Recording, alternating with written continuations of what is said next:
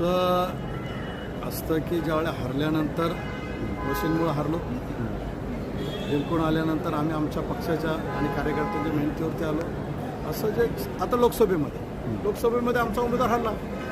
आम्ही सांगू का की त्यांच्या उमेदवाराने मशीनमध्ये काय तांत्रिक बिघाड केला होता आणि त्या ठिकाणी सेटिंग करून काम केलं होतं. लोकांनी दिलेला आशीर्वाद आहे, लोकांनी दिलेला आशीर्वाद हा मान्य केला पाहिजे. आणि असं असेल तर अस्लम शेख निवडून आलाय, आदित्य ठाकरेजी निवडून आलेत. हे काय मशीनमुळं निवडून आले का?